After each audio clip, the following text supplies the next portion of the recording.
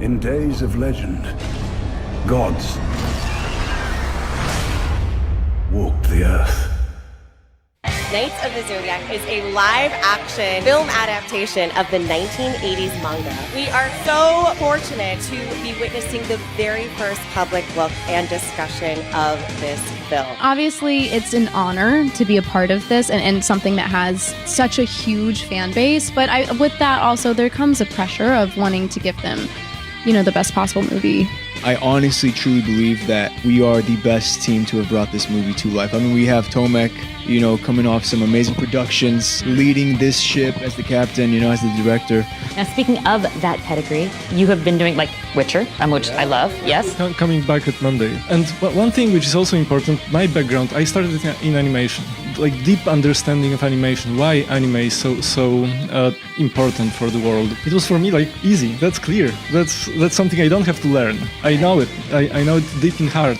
And all the work was just to rethink this beautiful story which we have, just rethink it in the world of live action, which is different. It has different set of challenges, but this is also the world I understand. So it was a fun journey. Everybody was great. I mean, not just the people on screen, but your Hungarian crew, our cast, everybody was such a joy and pleasure to work with. As an actor, when you get a script, you don't want to judge it for a hero or for a villain, left or right. You just want to read it and understand the guy, understand the character, understand where he's coming from. Sienna, even though she is a goddess, part of her really just wants to be a young girl who can fall in love and be a kid, and she also kind of struggles with this loss of identity, which probably everyone in this room has felt at some point. I know I have.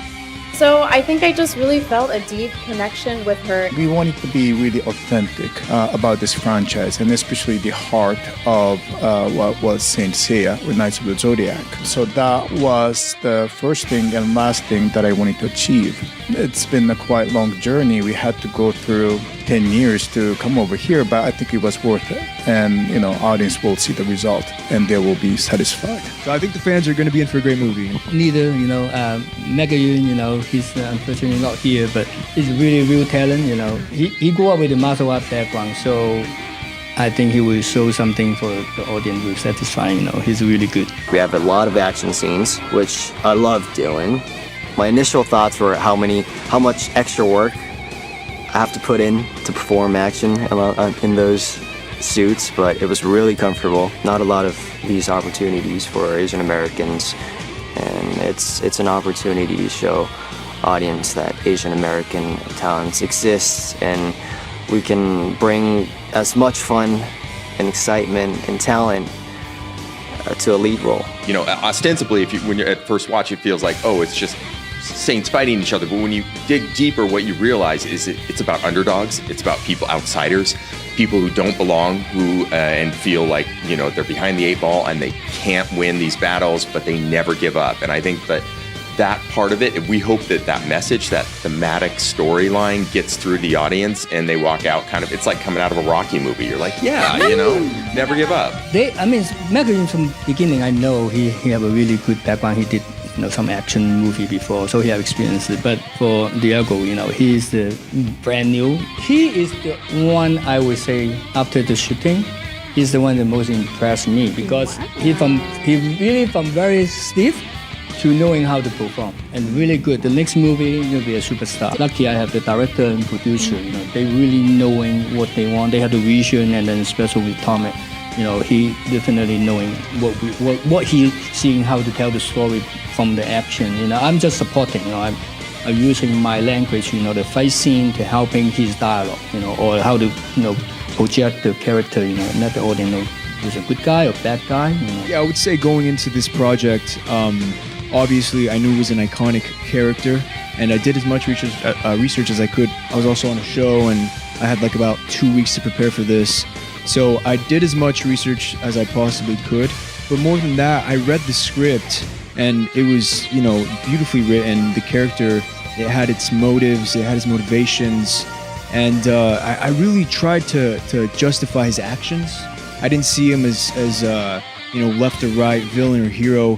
I saw him as a person with a very strong point of view, And this guy was determined and very focused on his mission. And in manga and anime, one of the most important things is the balance between the heart, emotion, and absolutely powerful action. And we know Seiya from action. And this guy introduced some really amazing stuff there. The character, whatever they're using, or the style, or the move, is have emotion and have a story behind it. All the characters, they all have their own signature move, signature style, their symbol. My challenge is like, okay, how I transfer the animation action to a live action. We can talk to you about the Sanctuary arc, the Poseidon arc, the Hades arc. We can talk to you about dozens of different characters in this story. And we love all of it. We just love being involved in these multinational big productions with a lot of different points of view, great collaborators, and it was really a team effort to get this movie made. That's what's great about the mangas is every one of these characters,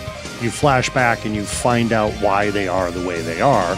And so, thankfully, we had all that to dig from. We didn't have to create backstories. Every one of the characters had their own backstory, and we just leaned into that and did our best to express it on the page as we typed. No, we're not like a gigantic budget like most studio, M Studio, they have no limit money, and time. We have certain. So I remember the very beginning with Tomat and Yoshi. We talked about, and then Tomat already have a really good idea how to make this movie have every single planet can show in production and find a right way to do this movie. Because actually what's great about the IP, the source material is the villains are the best. It's because it's really hard to write good villains, but all the villains have really clean, clear motivations. You understand why they are how they are, and it doesn't necessarily justify their behavior, but audiences just need to get it, and they need to believe it, and they need to think these villains are three-dimensional and not just mustache twirling in the background. And I feel like